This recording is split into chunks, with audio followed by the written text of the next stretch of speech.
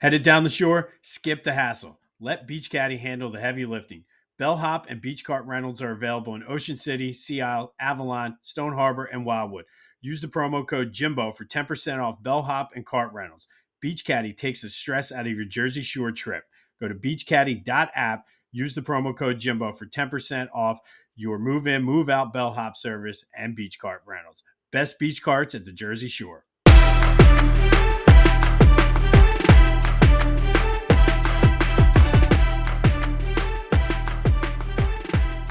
What's up, everyone? Welcome to this day in Philly Sports History for July 18th, 2025. I'm your host, Jim Montgomery. Welcome to a Feel Good Friday edition of the podcast. Having a little bit of an echo issue today. Not sure why. I think it's because of the walls around me here, but last day here in Ocean City. Going to be a hot one, but you can probably hear the waves crashing. It's nice. Don't forget, if you're going to the Jersey Shore, that Beach Caddy promo will get you 15% off of your move-in, move-out service as well as your beach cart rental. So use that promo code Jimbo to take 15% off. And we got a big show, as we always do here on a Feel Good Friday. And the Phillies are back tonight. More on them in a minute. But lots of other things going on in Philly sports. And if you haven't read this yet, I saw it on ESPN.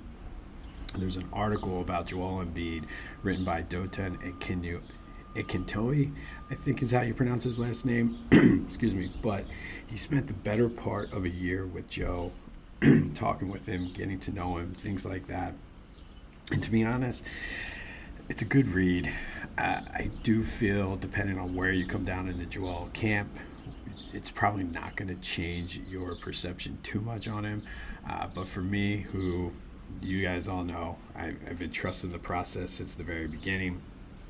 It does open your eyes a little bit on it, more so on his work ethic and how he's grown into really wanting to be and being one of the best players when healthy ever in the NBA. But I guess the biggest takeaway for me was just how dysfunctional the Sixers were and pretty much are still as an organization. I talk about the Cowboys all the time being a dumpster fire, and I joked a lot last year about the Sixers being in the same boat, but man, they really are a dumpster fire. It just shows how early on in his career they pretty much, the way they treated him, they wanted him to kind of force things, the way they lost him for a couple months. He just wouldn't get back to them. But what does it mean for this season? He made it clear he's coming back this time on his own timeline. The guy even asked, well, did the Sixers know about this? He was like, well, we haven't really spoken about it. But Daryl Morey, who has said he'll be ready for training camp, Joe's like, we don't have a timeline, which I think is good. So he has in his mind, he's very concerned with legacy and things like that. So I think he's going to come back when he's ready. Maybe he takes a lesser role. He seemed really bothered about his perception in the playoffs. Because his numbers dropped and how people will say, oh, you only care about the MVP award. But he did point out, and I think correctly so, that there are times in the playoffs where he's getting double teamed as soon as he steps over midcourt and then is making sure the other guys are getting the ball. So, like I said, I recommend it. It's a longer read. But that was my big takeaway on his timeline. He seems like he's still pissed off about the team meeting from last year, leaking it, which I get. I also feel like the fact that you had to get called out by Tyrese Maxey, that's kind of one of those things. He is in therapy now, so hopefully that helps him get through whatever it is he's going through. Talked about how hurt he really was in that Knicks series and how he basically could barely walk. James Harden doesn't talk to him anymore. That seems to bother him. What does it mean for this year? who knows? This whole season is dependent upon how that knee heals and how he rehabs and comes back. So I do highly recommend the read. So it's on ESPN, and like I said, it's a long one, but kind of is a really eye-opener when it comes to what Joe has done and just how he's matured and grown as a player in the NBA. So I do highly recommend that. The other big story still is Shane Gillis at the ESPYs, and dude's getting skewered, and I think everybody needs to relax. And this isn't a political rant by any stretch of the imagination, but what his jokes and his monologue, they were smart. If you take a minute, some of them weren't as funny as others, but if you take a minute and really dive into what he was trying to say, like, it was good. I think as a society, we just need to toughen up and just enjoy life. Some of the jokes, like I said, they were funny, they were smart. Some of them just didn't land the way they may, but I think people just need to stop being uncomfortable and be comfortable being uncomfortable and realize that this dude was funny. The other Eagles story was Brian Bremen passed away from a rare form, aggressive form of brain cancer, and he was a special teams player for that Super Bowl 52 winning team. Made a big hit on that last kickoff that really pinned the Patriots back. So condolences to his family, and sending thoughts and prayers and well wishes. He leaves 2 little girls behind, but very sad to hear. And again, it was a very rare and aggressive form. So condolences to Brian Bremen's family. All right, yesterday's trivia answer. I asked you, Steve Carlton had 19 seasons with 100 more strikeouts. I asked who were ahead of him or tied with him, and the list goes Nolan Ryan, Roger Clemens, Greg Maddux, Don Sutton, and Bert Blyleven, who is tied with Steve Carlton for 5th spot. So thank you to everybody who reached out on the Discord and threw out their guesses. We'll have another trivia question here later in the show. But as I mentioned, the Phillies are back finally. They welcome hometown hero Mike Trout to Citizens Bank tonight as they take on the Angels for a weekend series. Jesus Luzardo pitches tonight, Taijuan Walker tomorrow, and Ranger Suarez on Sunday as they look to get back into somewhat, and now that the West Coast trip is over, get somewhat back into a winning ways, and the trade deadline's 2 weeks away, so we'll see what Dave has up his sleeves. It's time for Fridays with AI, where we ask AI to rewrite Philly sports history. Every Friday only on This Day in Philly Sports History. That's right, it is time for Fridays with AI. That's what we do every Friday. Fridays with AI is brought to you by Philly Goat, and in honor of the Phillies being back, they're past the halfway point, but the All-Star game is typically like the unofficial halfway point for the season. I asked AI to grade the Phillies players. Now, I'm not going to go through the full 40-man roster, but AI did grade the full 40-man roster. I'll give you their grades and kind of give you my commentary on them. And start with the catchers. They gave JT a C+. They said defensively he was solid, but his offense was kind of lacking this year. He's been slightly better recently. I don't necessarily disagree with that, and I would argue that his defense has been not up to his usual standards, but C+ seems about right. They give Marchand a D. Basically because he's worse than JT both offensively and defensively. I might go a D- on that, to be honest. He's had like moments, but I don't know. But hard to argue with their grades for the catchers. Now for the infield, and right off the bat, I'm going to disagree. They give Bryce a B+. That's very high for Bryce. I guess I know he was dealing with the injury. I give him a C- at best, maybe even an incomplete due to the fact that he was injured.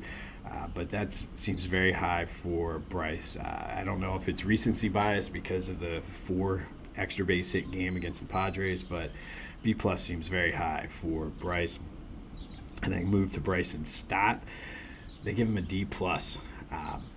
His only saving grace is his defense. He's been horrible. There's no other way to put it. He's been horrible offensively. I think D+ is kind of high. His defense is outstanding. I wouldn't give him the plus. I would give him a solid D, with the caveat that defensively he's probably like an A or a B. And then we move to Trey Turner. AI gives him an A-, basically for his consistency, which he's been pretty consistent this year on offense. I don't know if it took into account his defense, though. And I think the way he's cost them a few runs in a couple games this year, I'd bring that grade down to a B, mostly due to his offense. Defensively, I think he was a D. So little high on Trey Turner there from AI. Move over to Bomer. AI gives him a B-. And I agree. He got off to a slow start. He's been great defensively, much better offensively recently. I think a B- is a good, solid grade for Bomer. And then on to the outfield. It gives Max Kepler a D. And I think that's being very generous. He's an F-, 100%. He's that kid in class that didn't turn in any work, and you have to give him a 50% to not pull his average down. Absolutely horrible. DFA him. I'm over Max Kepler. He whines. Get him out of here. Brandon Marsh, they give a C-. He's been better recently. And I think that might be a little hard. I'd give him a solid C, probably, maybe, depending on how he comes out here after the All-Star break, a C+. But again, hard to argue with a C-, especially the way he's been inconsistent. And again, he was injured early too. So if you take out the injury, like the pre-injury, maybe he's a C+. Nick Castellanos, they give a B-. They said his defense is what's holding this grade down.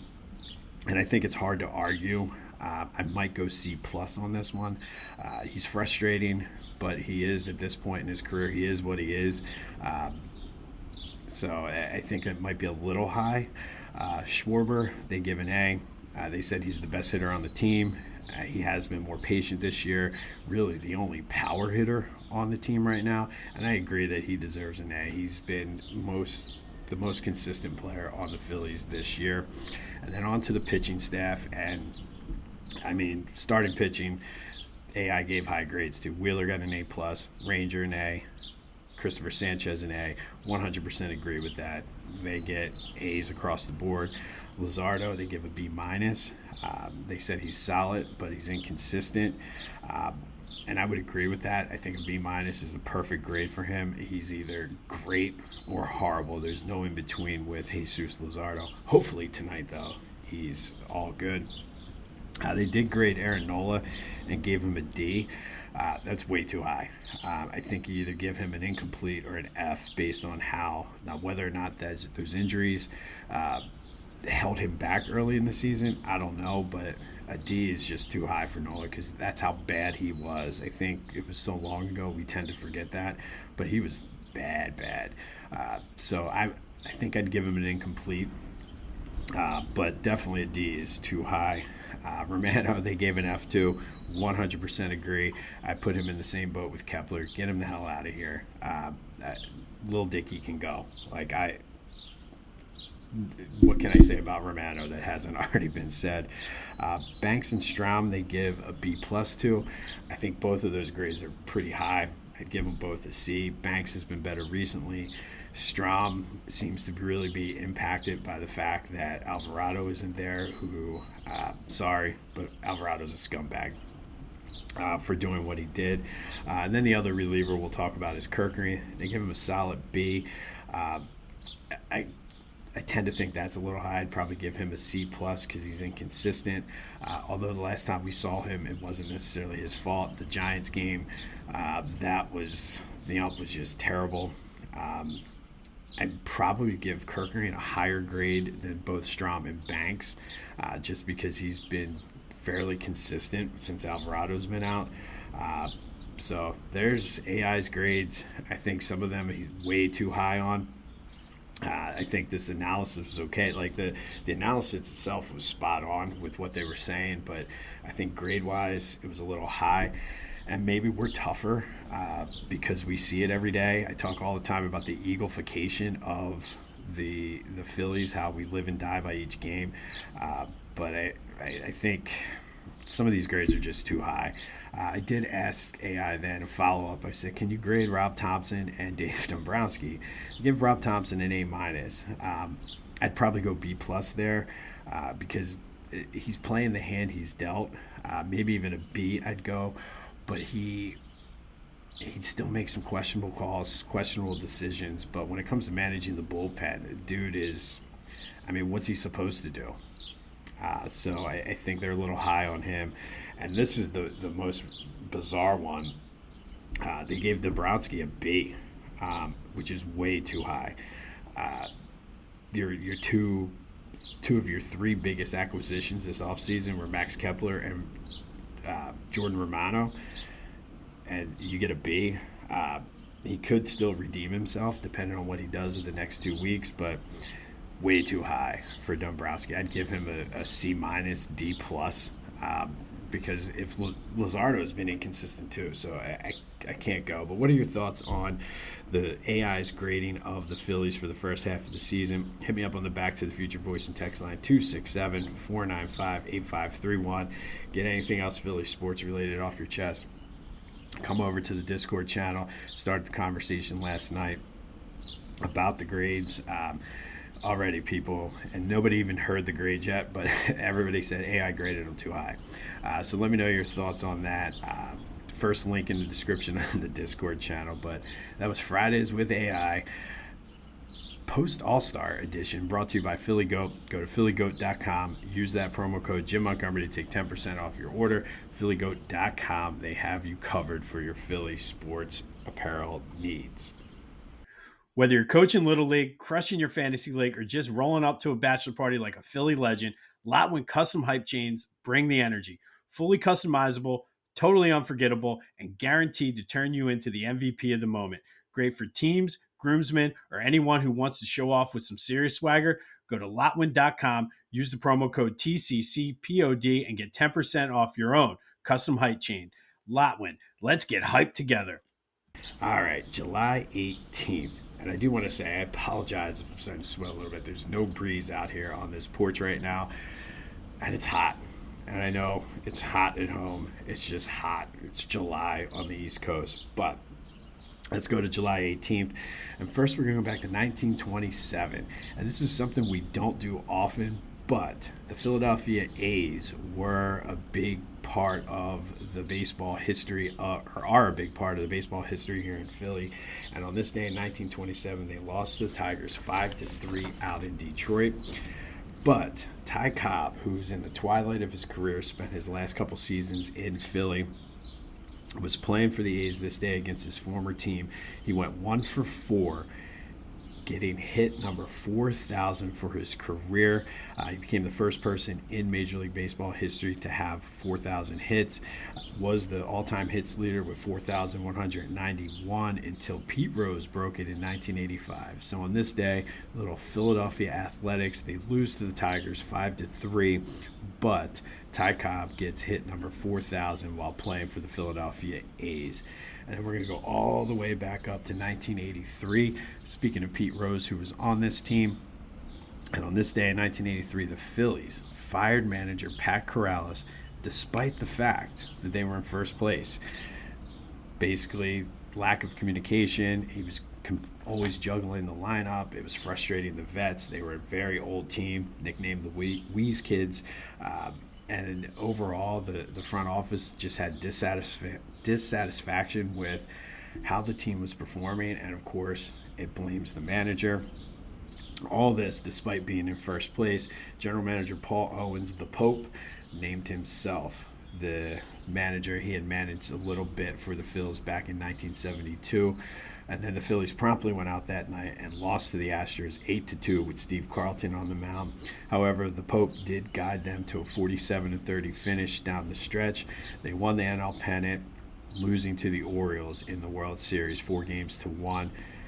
But I have to, it's bizarre, the similarities between the 1983 team and this team. If you think about it, a veteran team, older team, perception of underachieving, the fact that they are in first place, the fact that people are not happy with the way the team as a whole has been performing. I'm not saying that they're going to do this, but I don't know. Maybe I don't think Dombrowski is going to come out of the general manager's office and coach this team, but there are a lot of parallels to that 83 team and this year's team. But on this day, despite being in first place, the Phillies fire manager Pat Corrales, basically lack of communications with the players, lineup juggling, and just the whole perception that they were all underachieving and not playing up to their potential, did work out well for them in the end. And again, not saying they should fire Rob Thompson. I'm just saying maybe a fresh voice, more consistency, but who knows? But that happened on this day in 1983, which does lead us to today's trivia question. Kind of an easier one. If you are a Phillies fan, maybe you know the first two, but other than Paul Owens in 1983, what other Phillies managers have guided the Phillies to a World Series?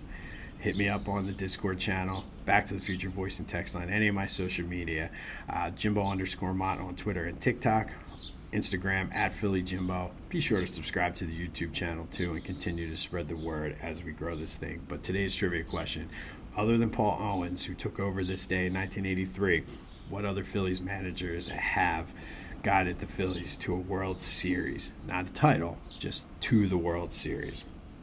And then finally today on a Feel Good Friday, our greatest individual season in Philly sports history tournament.